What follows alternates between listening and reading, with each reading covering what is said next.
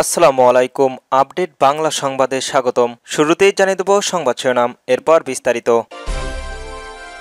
প্রথমে জানিয়ে দেব কৃষি কর্মকর্তাকে মারধর করে ভাইরাল সেই ছাত্রদলের নেতা বহিষ্কার। আরও জানিয়ে দেব জামাত সহ ৮ দলের মিছিল আটকে দিয়েছে পুলিশ। দলীয় প্রতীক না পেলেও নির্বাচন করবেন আসলাম চৌধুরী। স্মরণকলিপি নিয়ে যমুনায় ৮ দলের প্রতিনিধিরা। সর্বশেষ জানিয়ে দেব ১০ বছরের মধ্যে ক্ষমতায় না গেলে রাজনীতি ছেড়ে দেব বলল নাহিদ ইসলাম। শুনছিলেন সংবাদ শিরোনাম, এবার বিস্তারিত।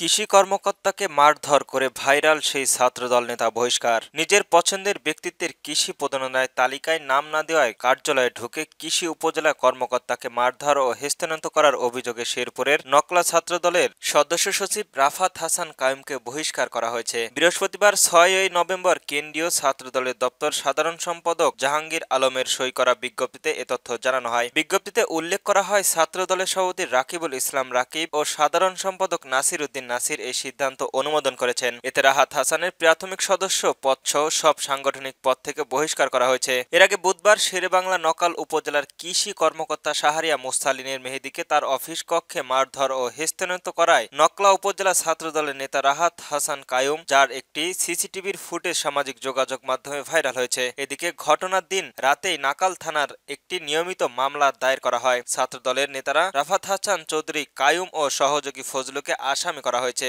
অভিযুক্ত হাসান কায়ুম নাকাল পৌরসভার কুমিল্লার গ্রামে সুরুজ মাওলা ও ফজলু একই গ্রামে সিরাজুল হকের ছেলে। জানা যায়, বুধবার বেলা 2:15টার দিকে রাফাত ও ফজলু উপজেলা কৃষি কর্মকর্তা কার্যালয়ে ঢুকতে চান। কৃষি কর্মকর্তা কেন এখনো বদলি হচ্ছে না, কারা কৃষি প্রণোদনা পেয়েছে এবং নেতাগণ ভাগ কত, এরপর ছাত্র দলের ভাগাভাগি করেন এবং দামি দাবা করেন। এ সময় কৃষি কর্মকর্তা জানান, সরকারি প্রণোদনায় কৃষকদের জন্য রাজনৈতিক কারো ভাগ দেওয়ার সুযোগ নেই। এতে তারা ক্ষিপ্ত হয়ে ওঠেন এবং অকথ্য ভাষায় গালাগালি করেন। কৃষি কর্মকর্তা তাৎক্ষণিকভাবে বিষয়টি স্থানীয় বিএনপি সদস্য বিপুল কমিটির সভাপতি খোরশেদ আলমকে জানান। রাহাত আরও বিক্ষুব্ধ হয়ে ওঠেন এবং সহযোগী ফজলুকে নিয়ে অফিসের ভেতরেই কর্মকর্তাকে মারধর শুরু করেন। এ ঘটনায় কেন্দ্রীয় ছাত্রদল বৃহস্পতিবার দল থেকে তাকে বহিষ্কার করার নির্দেশ দিয়েছে।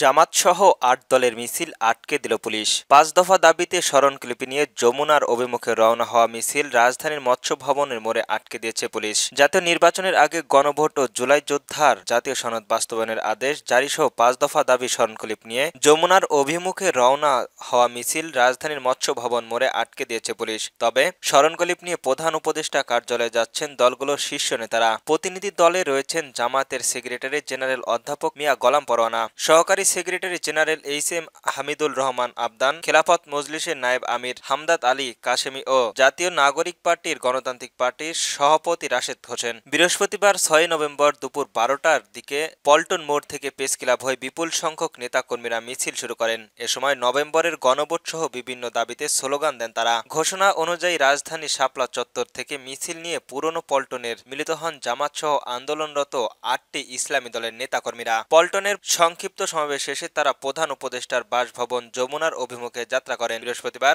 ৬ নভেম্বর সকাল ১০টার পর থেকে ঢাকা মহানগরের দক্ষিণে বিভিন্ন এলাকা থেকে জামায়াতের নেতাকর্মীরা দলে দলে মিছিল নিয়ে শাপলা চত্বর অভিমুখে আসতে থাকেন। পরে তারা পুরনো পল্টনের অন্য দলগুলোর সঙ্গে সংক্ষিপ্ত সমাবেশে মিলিত হন।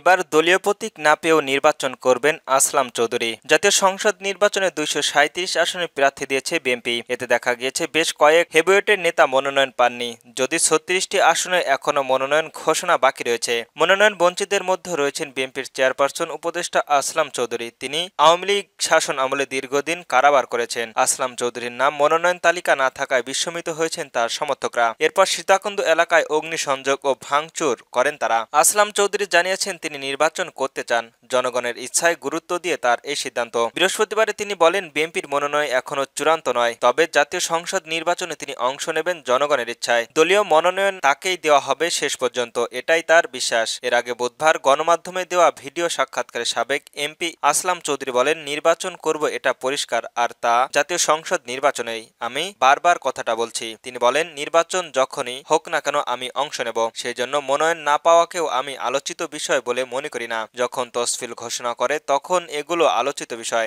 এর আগে অনেকবার অনেকের নাম আসবে, অনেক কিছুই হবে, বিভিন্ন দল বিভিন্নভাবে হবে, এটা হতেই পারে। ফাইনালি বুঝে নেব আমি জনগণের জন্য কাজ করি, দেশের জন্য কাজ করি, দলের জন্য যেটুকু করার করেছি। বিএনপির এই নেতা বলেন, সীতাকুণ্ডের জনগণ যেহেতু আমার সঙ্গে রয়েছে সেজন্য আমি বিশ্বাস করি জনগণের প্রতি সবার সম্মান থাকবে। সেই হিসাবে মনোনয়নের কোনো বিষয় বলে আমি মনে করি না, যথাসময় এগুলো ঠিকভাবে হয়ে যাবে বলে আমার বিশ্বাস। তিনি বলেন, জনগণের পালস যেখানে যেদিকে থাকবে তাকে মূল্যায়ন করতে হবে। ধানের শীষের প্রতি আমি আশাবাদী। ধানের শীষের প্রতি আমি আগামী নির্বাচন একটা করব, এটা আমার বিশ্বাস। কোথায় কি ঘটছে, আগে পরে কি ঘটছে এটা নয়, ফাইনাল রেজাল্ট কি হবে সেটাই বড় বিষয়। শেষ পর্যন্ত আমি নির্বাচন করব।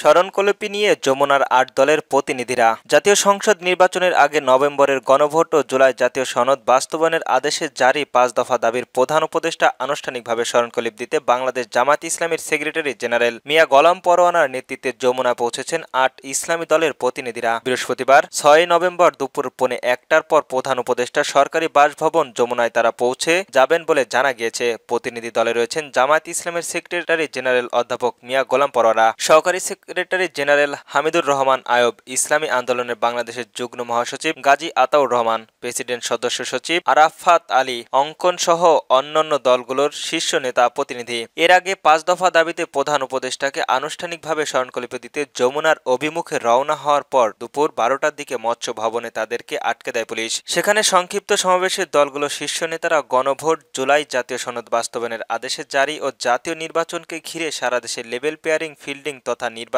পরিবেশের তৈরি বিষয়ে সরকারের তাগিদ করেন। এরপর দুপুর ১২টার দিকে পুনরায় পল্টন মোড় থেকে আনুষ্ঠানিকভাবে প্রধান উপদেষ্টার স্মরণকলিপি দিতে যমুনার অভিমুখে পদযাত্রা শুরু করেন তারা। পদযাত্রায় দলগুলোর শীর্ষ স্থানীয় নেতারা সহ সর্বস্তরের নেতাকর্মীরা অংশগ্রহণ করেন। ১০ বছরের মধ্যে ক্ষমতায় না গেলে রাজনীতি ছেড়ে দেব, এমন মন্তব্য করেছেন নাহিদ ইসলাম। নতুন রাজনৈতিক দল জাতীয় নাগরিক পার্টির এনসিপির প্রথম নির্বাচনে ৩০০ আসনের প্রতিদ্বন্দ্বিতার ঘোষণা দিয়েছেন। এরপর দলটির আহ্বায়ক নাহিদ ইসলাম জানান, আগামী ১০ বছরের ভেতরে ক্ষমতায় যেতে চায় দলটি, সেটা করতে না পারলে রাজনীতি ছেড়ে দেবে এনসিপি। সম্প্রতি একটি গণমাধ্যমকে দেওয়া এক সাক্ষাৎকারে তিনি বলেন, আমরা ১০ বছরের টার্গেট নিচ্ছি এবং মনে করি ১০ বছরের মধ্যে বাংলাদেশের রাজনীতিতে আমরা প্রতিষ্ঠিত হব, ক্ষমতায় যাব এবং সরকার গঠন করব। জুলাই অভ্যুত্থানের শীর্ষ নেতৃত্বদের গঠিত রাজনৈতিক দল এনসিপির রাজনীতিতে এসে দীর্ঘমেয়াদী চিন্তা করে, স্পষ্ট জানান নাহিদ। তিনি বলেন, রাজনীতিতে আমরা প্রথম থেকেই একটা সাময়িক ধারণার বিশ্বাস করতাম, ব্যক্তি বা নিজেকে নিয়ে খুব একটা ভাবি না, আর আমরা এখন তো মানুষের জীবন বদনার একটা সঙ্গে জড়িত। এখানে দীর্ঘমেয়াদী চিন্তা ভাবনা করে নেমেছি, তবে দীর্ঘমেয়াদী ভাবনারও একটা মেয়াদ ঠিক করে নিয়েছি এনসিপি। নাহিদ ইসলাম বলেন, ১০ বছরের মধ্যে যদি ক্ষমতায় যেতে না পারি তাহলে আমরা রাজনীতি আর করব না। ১০ বছর এই টাইমলাইনটা হচ্ছে আমাদের টার্গেট। এ সময়ে আমি রাজনৈতিক দলটাকে প্রতিষ্ঠিত করতে চাই, সরকার গঠন করতে চাই এবং আমাদের লক্ষ্য বাস্তবায়ন করতে চাই, জনগণকে ক্ষমতায়িত করতে চাই।